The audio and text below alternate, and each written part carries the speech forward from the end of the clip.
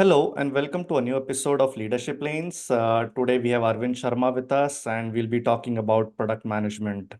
He'll be talking to us about negotiating your way through backlog pipeline for maximum impact. That's a fascinating topic to talk about, and actually, it's my personal favorite, Arvind. So, a lot of questions there. To give you a brief background, Arvind is a seasoned product leader with a strong background in people leadership and product management. He's an undergraduate in mechanical engineering and has a master's in industrial engineering, which gives him the unique skill set to solve problems analytically and backed by proper rationale.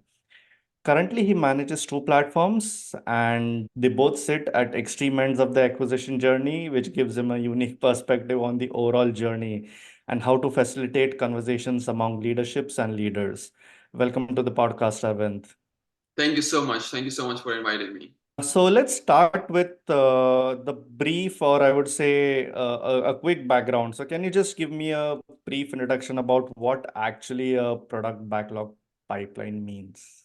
It's a loaded question. So, product backlog pipeline is basically the work which any product team would like to do in future.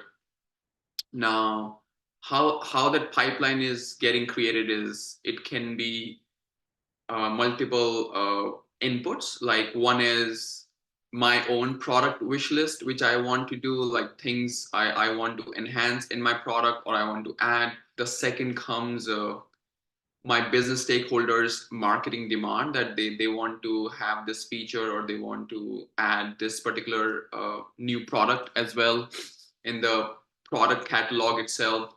And third is tech demand as well. Sometimes tech wants to modernize their platform. They want to refactor their code. They want to get rid of their tech debt. And I think the fourth one is innovation, things which you would like to innovate or want to test. So that's the product backlog pipeline. So it takes all of these things into our backlog, and then depending upon the prioritization, conversations, we pick up the work and get it done. You summed up like everything in a single sentence, and that was perfect. I wanted to move to epics, but since you started with these broad categories, right? And your introduction actually said that you are currently managing two products and two stand in like the opposite spectrum of the acquisition journey. I believe one is like just freshly acquired, and one is, I believe, in the exit stages. I'm just guessing that. So how does prioritization affect when it comes to the journey of the product itself? I'm pretty sure there are a lot of factors, or there are the prioritization factors or the variables change as the product journey goes through, or as the product journey changes as well. So, so if I'm hearing you correctly, your question is about how do I prioritize my work in a nutshell? Uh, how do you prioritize the pipeline depending Okay. on which stage the product is in?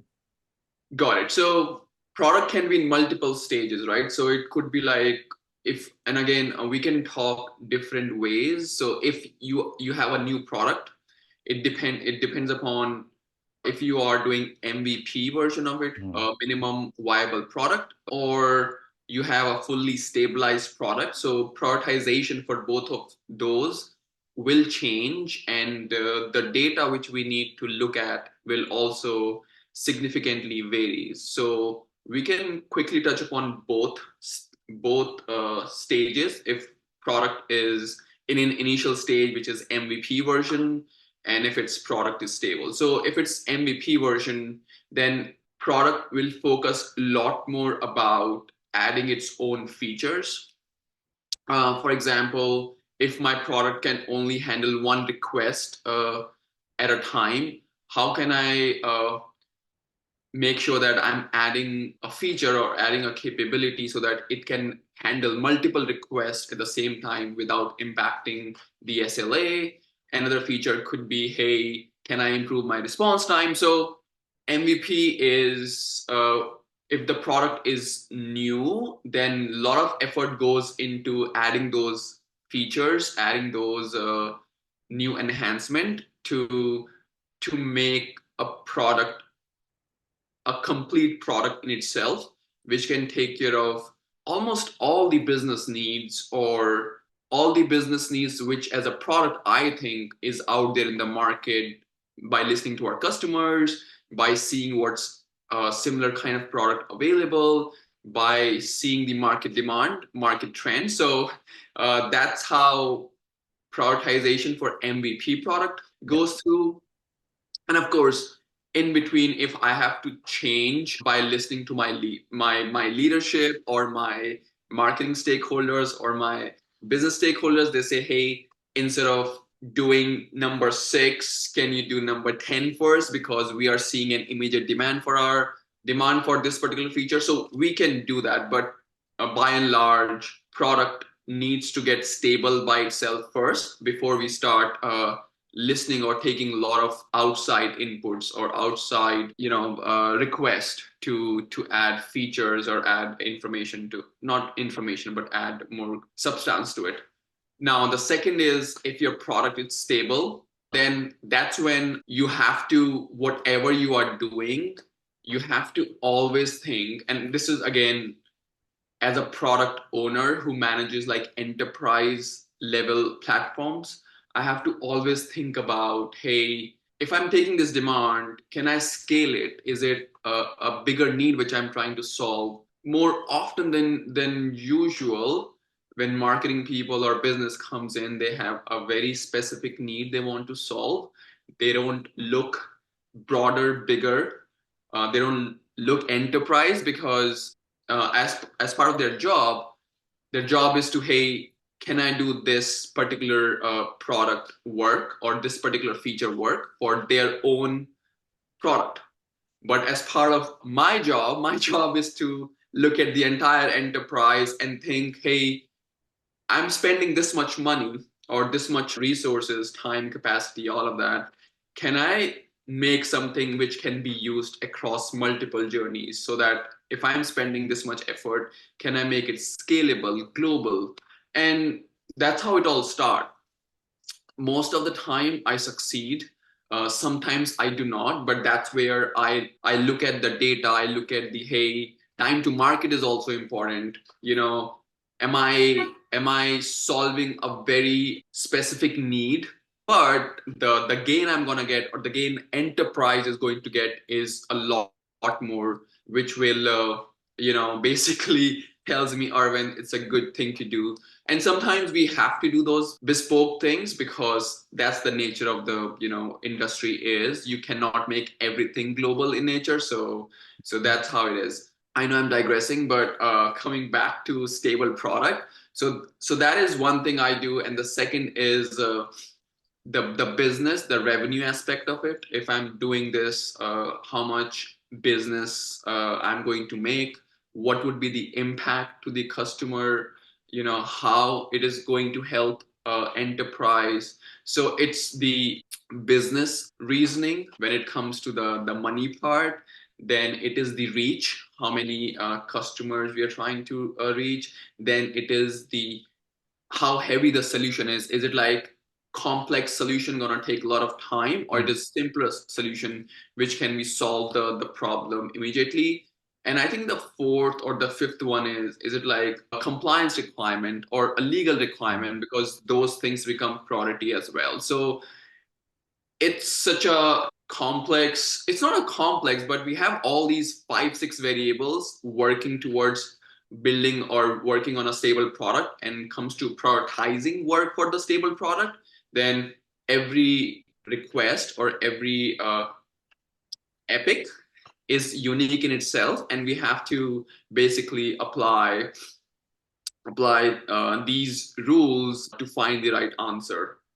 And I think I'm butchering this code, but the exercise of prioritizing your work, it's it's an art of science. So so you have to use all these scientific words, but it in the end, it's like it's an art how you use all these different variables to find the right answer, and also making sure you're keeping your stakeholders happy. If you have to, give something unfavorable to them, you are backing your answers with the data. So that's very important. Okay, I mean, lot to absorb, yes. A couple of follow-ups on that. First is right. I mean, maybe I'm not using the correct word here, but how do you like how difficult is it to stay focused and just ignore the noise? Again, right? I'm saying lack of choice of words. Uh, just stay focused as a product manager to just ignore all the noise or all the requests that are coming through, because every team, right, whether it is a customer, marketing, engineering, will come up with saying that, okay, this is my priority zero or priority one. Of course, not all can be taken at once. So how difficult is it to manage expectations in such a scenario being a product leader? I come from an engineering background, and I'm pretty sure if I go to the to a PM and say this is a technical debt that I have, but the PM comes back and says that sorry, you can't do that now. And that's where the difficulties of a product manager or the challenges of being a product manager. It is a difficult job, is to stay focused, but also you're making sure that you're not ignoring your stakeholders. So I think communication is a very important piece, especially in my line of business where you have so many different stakeholders. They have so many different kinds of demand. Sometimes they're just bouncing ideas with you and asking, hey, can it be done? Can it be possible? Or can your product solve my need? So so in all of those scenarios, one of my thing is communication. How quickly can I respond back saying, hey, either hey, my product cannot solve your need, and if I know someone who can solve your need, please reach out to that person, so I at least point that person in the right direction. So that's again a help. And the second is, if I can tell that person, hey, can we touch base after 2 weeks? I have something critical which I need to work upon, or I have my plannings. Basically, give them more information about your work life, why you cannot cater their questions or their conversations immediately. They will understand that. Third is making sure that they're going through a process. So processes are designed to help people to manage expectations. So, for example, if someone is coming to me ad hocly all the time and ignoring a process, so as a product leader, I should respectfully take that request, but also at the same time guide that person. Hey, we have a defined process, and I would love to help you out, but let's start with the admin process first. So I say no a lot of times, but what irritates our partners or stakeholders the most is not the word no, is like just saying no. Because if I'm just saying no, oh, we can't do this, if I'm not backing up my no with answer, then that's what hurts the most. They have no problem accepting no as long as I'm giving them the right information. And then, so that's how I try to stay focused. But then, as if you go higher and higher in product management, people leadership, your job is to solve problem. Your job is to basically point people in right direction. So I believe in decentralization of my work. So if someone is reaching out to me, hey, can I gather more information on this particular feature which your team owns or build? I'll say, oh, why don't you talk to one of my direct reportees? He can give you a lot more information. He can help you out. I need to work on something time sensitive, which I need to deliver to my leader or my different stakeholders. So decentralization, creating SMEs within your team who can take take the workload from you. And the third is sending out your priority list. If you, let's just say, Abhijit, you reached out to me and say, Arvind, I need your help in this. And if I have time, I would definitely help you. But if I do not, I'll say, Abhijit, I'm working on these 5 things. So I appreciate your patience, but can we please reconnect after 2 weeks? If the 2 weeks is too long time window, can you reach out to one of my associates? Or if that is also not the right thing to do, but that is also not acceptable by you, then can you please share more information about your urgency so that I can reprioritize my work to help you out? So any of those scenarios help me focus my work or stay focused at my work. Yeah. So, You bring up a pretty interesting point, and this was one of the main agendas of starting this podcast of debusting the myth of PM or the product being a glamorous role. As much as people think it to be glamorous, uh, I certainly feel that it is a crown of thorns uh, that a PM has to wear. mhm, I'm pretty mhm. sure you'll resonate. I'm not sure what you think about it. No, it's so I agree with you. And in a day as a product, my title is product manager or product owner, depending upon how you look at it.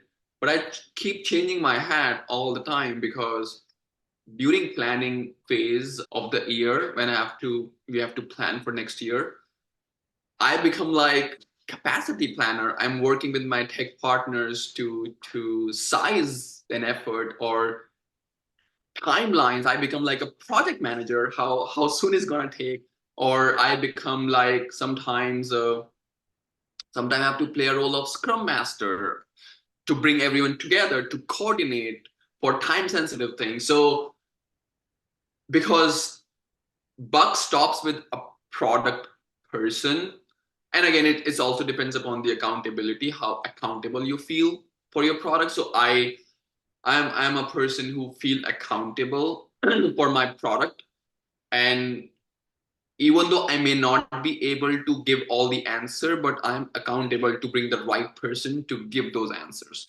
If a defect is coming up in production, or my product is failing, or I own a lot of enterprise level APIs. If one of those APIs are failing with my one of the biggest partner, then I may not know how to fix that failure, but I know the right person to bring on the call or in a meeting to stop that problem, right? Or if a testing needs to be done, if I'm not able to test or I'm not able to give the right answer, I should know who is the right tester or QA from my team to bring. So basically facilitate those conversations. So sometimes I become facilitator as well.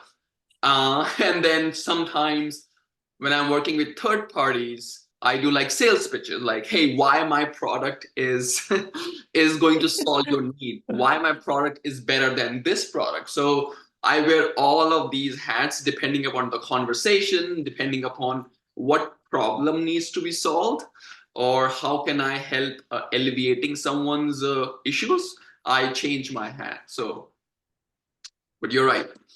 It's not one job. I do like multiple jobs throughout the day. That's true, actually, and it is indeed a non-glamorous as it is perceived to be. Okay, so coming to my next question, and this is something that you touched upon when you initially gave a brief idea about what a backlog pipeline is. So every product manager or an owner has his own wish list. And again, this is very subjective, so you can answer based on your perspective. So your personal wish list, is it more driven by data? Like, for example, is it more of a product market fit? What are the needs of the customers, and which is solidly backed by data? Or is it more on the lines of innovation, which for which you might not have much data altogether? It's more of a hunch, I would say, that okay, this might click or this might not click. So what is your take on how will your wish list look like? So it's both, but depending upon economic situation, you you can always do data backed wish list because you have solid numbers, you have market trends, you have market research, you have focus group information available, you have competitors analysis done, so you can always do a data backed wish list, and you can always convince not only your partners, your leaders. So Mm. basically you can convince up, down, right, left, everyone, like your tech partners, everyone. Now but when it comes to innovation or your gut feeling related wish list, it's more often on your business plan or proposal, your the kind of hypothesis you are going to present to your leaders, the kind of behavior you are seeing in a market. It's like behavior based analysis which you're going to do in order to back your innovation ideas during tough economic situation or even in any economic situation. But the amount of effort which will go from you as a person or as a product leader or product manager will go a lot higher, and the storytelling become very important. Sorry, I'm changing my line of thought here, but one is hypothesis. How do you create or how do you present your idea from the behavioral standpoint or trend you are seeing in a market? And the second is storytelling. Your storytelling has to be extremely crisp, extremely convincing. Your target audience should be logged in. Your time to deliver something should be logged in, and the amount of revenue or new accounts it's going to acquire or generate should be logged in. The more crisp crystal you are when it comes to innovation backed wish list or your personal ideas, the better chances of getting it approved or getting it done is a lot higher versus data which is already present to you either from your internal Yeah. research, what your marketing stakeholders are pushing for, what your leadership is pushing for, or what you're seeing in a market. If any competitor has already done that, then it will be a lot easier for you to work in that direction. So data-based wish list or data-based enhancements or features are easier versus innovation, but they both have a solid place in a backlog pipeline, because if your innovation based or innovation idea works, then company can see tremendous result, because more often than not you use the limited resources, you use your extra time, you Yeah. you work harder to prove that your innovative idea can work. So the amount of revenue or money it brings in or the amount of interest it generates could be like a multifold versus other ideas. And sometimes you're just so invested that you don't care about time, you don't care about weekends, and you just want to work on it. I, So I I guess that was a great answer for this actually, which covered my other epic question as well, with storytelling, which was essentially when it comes to epics, and typically why in a don't you ask your democracy. question about Epic? You're leaving those nuggets in there. Why don't you just ask that question and then we can just So, yeah, dive. on in terms of epics, I had two questions actually. One was like, as a product manager, right? What is your set template when you create epics? What are the top three or four aspects that you consider when it comes to defining an epic? That was one. And the second one was when it comes to explaining the epic, which actually you answered through storytelling, but I would like you to touch more upon that when you try to explain an epic to an engineering lead or a UX lead, or even marketing or sales. How does your pitch or how does your story change when you are trying to adjust to your audience? Can I go one step above Epic? So, and again, Mm, it varies from product leaders to product leader. Agile or scaled agile, like framework mm, safe, is such a big area where different companies, different people, they used certain words interchangeably, and they have their own way to do this. And agile give us all of this freedom to do this. So I want to start with OKRs. I don't know if you've heard about OKRs or not, but it's objective key results. Yes. So so that's where it starts. So it starts with a simple hypothesis. Like, we believe if we do this new enhancement, new market launch, new product, whatever.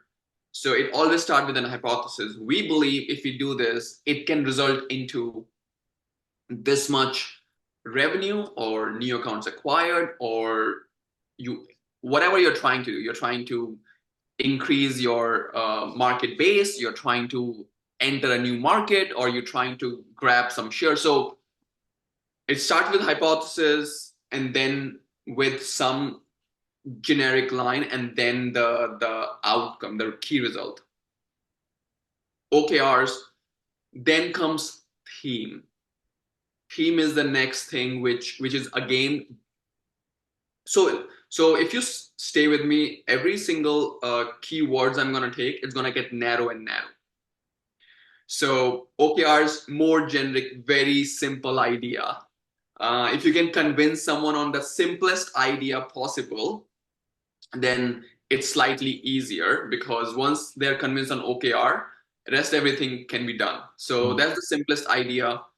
Then comes theme. What is the theme you're trying to accomplish? So theme could be having 5% market share at the end, at the global level, right? So if I want to have like a 5% of market share at the global level, simple idea, like still very broad though.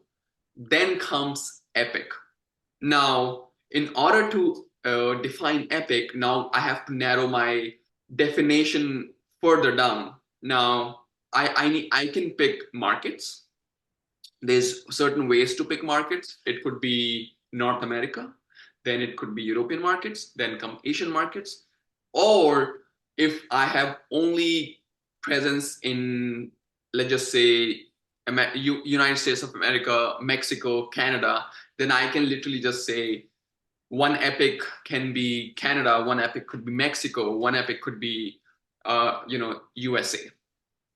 Or if I have a presence in UK and US, then it could be just US and UK. So we can use UK and US. That's epic. And so now the real fun will start because up until now everything is common. Now when we get into the market base, that's when we start writing the features. We start writing, lot more granular information about what we need to do in order to capture 5% of market base in US, what we need to do in order to capture 5% of market base in UK. In US, we have like 300 million people. 5% of that would be resulting to something. And then are we looking at young population? Are we looking at the Gen Zs, millennial? What category we are looking for, right? So, and that's where the fun starts. So those epics will have their own journey.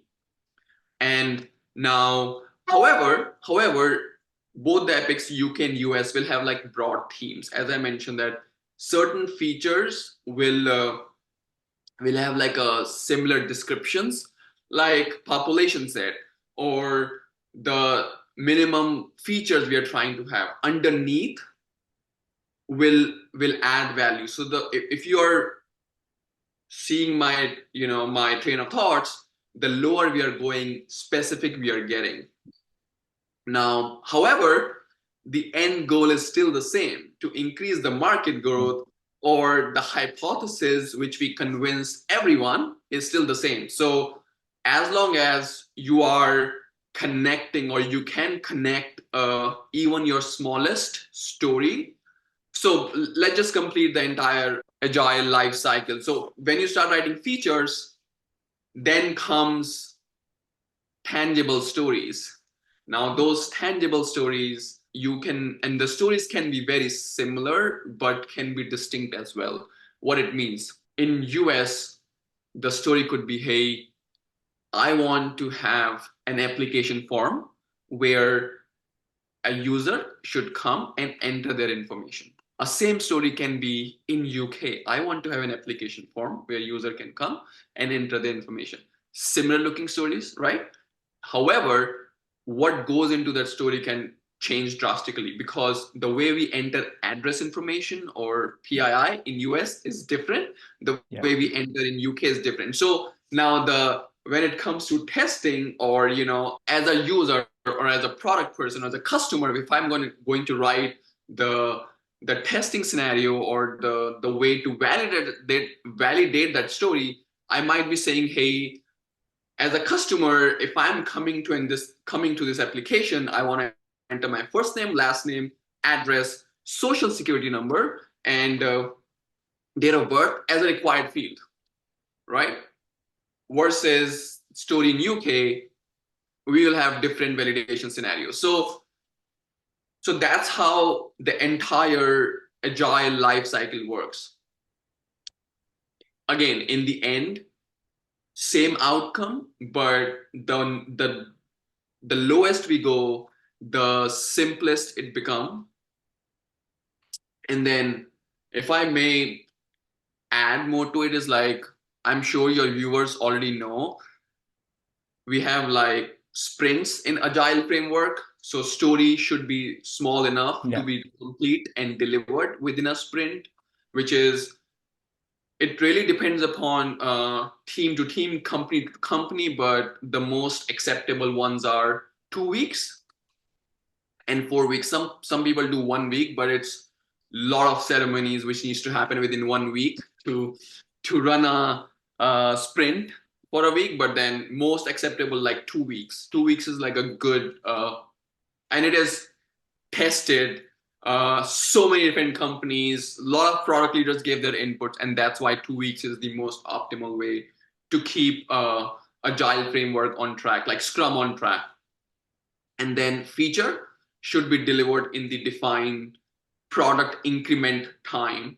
I know I'm throwing a lot of agile jargons, but all the product people must be or should be aware of it. So, Yeah. and then comes the epic. Epic can run from more than one PI, product increment, programming increment, platform increment. You can say whatever, but PI can be used on any of these terms depending upon what team you own, how do you function. Epic can go more than one PI, and finally, theme can go multi-years, and then that's how we define OKRs into 3 years, 4 years roadmap. Then comes theme, then come epics, then come features, then come stories. So that's how we literally create product roadmap. Well, we did one episode on OKR, and that's when we realized that one is just too less for an OKR. I mean, it's a beast in itself for sure. But I like your idea of tying everything to an OKR, so it becomes easy for a PM to, I won't say convince, but actually convince all the stakeholders in order to get onto the journey of a particular feature or a product. So yeah. And your next, I think your next question was to this conversation, this conversation was, do I change my storytelling? Mostly yes, depending upon who are my audience. If I'm talking with technical people and I know enough technical understanding, or I know enough technical nitty gritties of that particular work or that particular feature, then yes, I will get into technical details. I will try to give them the technical know-how as much as possible from my side, versus I am presenting it to marketing people or senior leadership where they would not be interested into knowing the specific field Hmm. or specific data point which needs to be captured. They would be a lot more interested into knowing, hey, we are done with these broad features for this particular market, or the time to market is going to be this much, or time to launch is going to be this much. So again, it varies. So the answer is yes, I have to change my storytelling, I have to change my Your documentation. pitch. Yes, Oh, topics, my documentation, my my way of structuring ideas varies, because I might present my peers or my Scrum team a 10-page document to explain them everything, because they are the one who are going to make it. So they need to know every finest detail, or as much as I can share. Versus my leadership, I might just present like one pager. So compressed information. yeah. So again, it's context, time, or to whom you're presenting, what information they're looking for. Sometimes they're looking for very quick information, sometimes they're looking for very detailed information. So it all varies, Abhijit. Oh, that I guess that sums up more or less everything that I asked for. I'll move on to the last question. This is the last one, promise. How do you structure your negotiations or discussions when there is a slippage or when there are delays in a particular feature or a product? Oh boy. I know this is like this might be an episode in itself, but Yes. By the way, I'm loving this conversation. I love talking about product. I love I love sharing how I think, how I would like to go about certain things. right. So I'm having a blast on this conversation, and Yeah. I don't mind answering any, all of your questions. So coming back to this negotiation, how do I structure? I basically come clean. I just say, hey, this is what we assumed, this is what we did, and this is what is in front of us. And if I or my team has made a mistake and I am accountable for delivery of my team, I will say, I made a mistake. I take full accountability for that. So by saying that, I basically put everything in front of them. And also, here is a plan to mitigate that these kind of things will not happen in future, or we are already doing these things to make sure that if we are anticipating a slippage of 5 days or 7 days or a week, we are trying to find ways to reduce that slippage or reduce that time. So one thing is coming clean, that yes, we have committed, or that there will be delays from our side, or we have made a mistake. That is one thing. Second is having a plan, that if you can somehow reduce that, or you can not have similar situation in future. And third thing is asking them, like, how we can partner better from with you, Hmm. so that we can completely eradicate, or we can make sure that we are not doing the same mistake, or we are not doing the similar we are not getting into a similar situation in future with different stakeholders as well. So taking a feedback, or basically working with your stakeholders or your partners, is very, very important in these kind of scenarios. And everyone is human, they all understand, they appreciate the honesty, and they love to partner, so they love to help. And I have not too many times, but I have been part of those conversations. And I don't think so anyone who do not respond to honesty. So as long as it's a genuine mistake, that's how I go about having negotiations around these things. What I try not to do is like give an excuse, or passing it on to someone else. So, or to say, hey, it's someone else's problem, not my problem. because the moment I start doing that, the moment I'm not being accountable for my team, I'm not taking responsibility.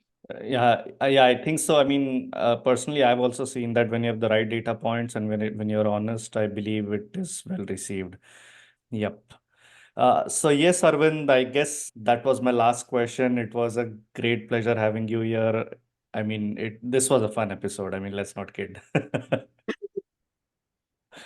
I'm glad you liked it. And thank you so much for the invite, and good luck, and have a great weekend.